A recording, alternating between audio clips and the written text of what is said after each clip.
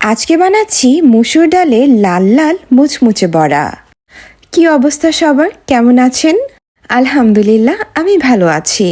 Last 2-1 দিন ধরে কেন যেন একেবারে খেতে ইচ্ছে করছে না, কোনো খাবারই তেমন স্বাদ পাচ্ছি না। তাই আজকে ভাবলাম একটু স্বাদের পরিবর্তন করা যাক। সকাল সকালে ঘুম থেকে উঠে একটু মুসুর ডাল ভিজিয়ে রেখেছিলাম।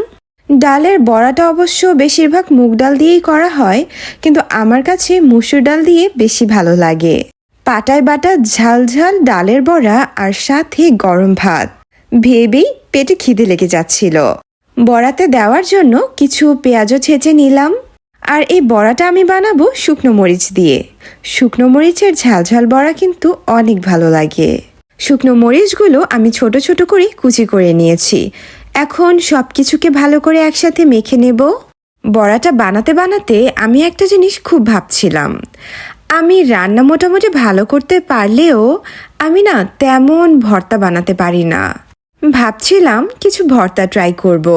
ভর্তা খেতে কিন্তু ভালোই লাগে, কিন্তু আসলে তেমন একটা বানানো হয় না, স্পেশালি পাটায় বাটা ভর্তা।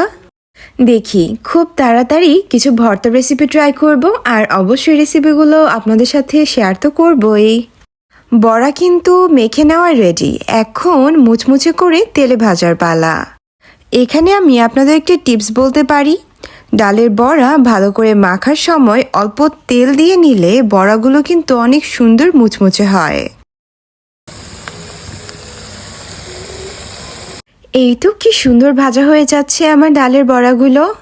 আসলে রোজ রোজ সেই একঘেয়ে খাবারের চেয়ে মাঝে মাঝে একটু ডিফারেন্ট কিছু হলে কিন্তু খাবার খেতে বেশ ভালো লাগে। আর মাঝে মাঝে একটা জিনিস খেয়াল করবেন, পোলাও, মাংস, বিরিয়ানি এই সব কিছুর মাঝে মাঝে সাঝে একটু এরকম ভর্তা ভাত বা বড়া দিয়ে ভাত খেলে কিন্তু বেশ লাগে।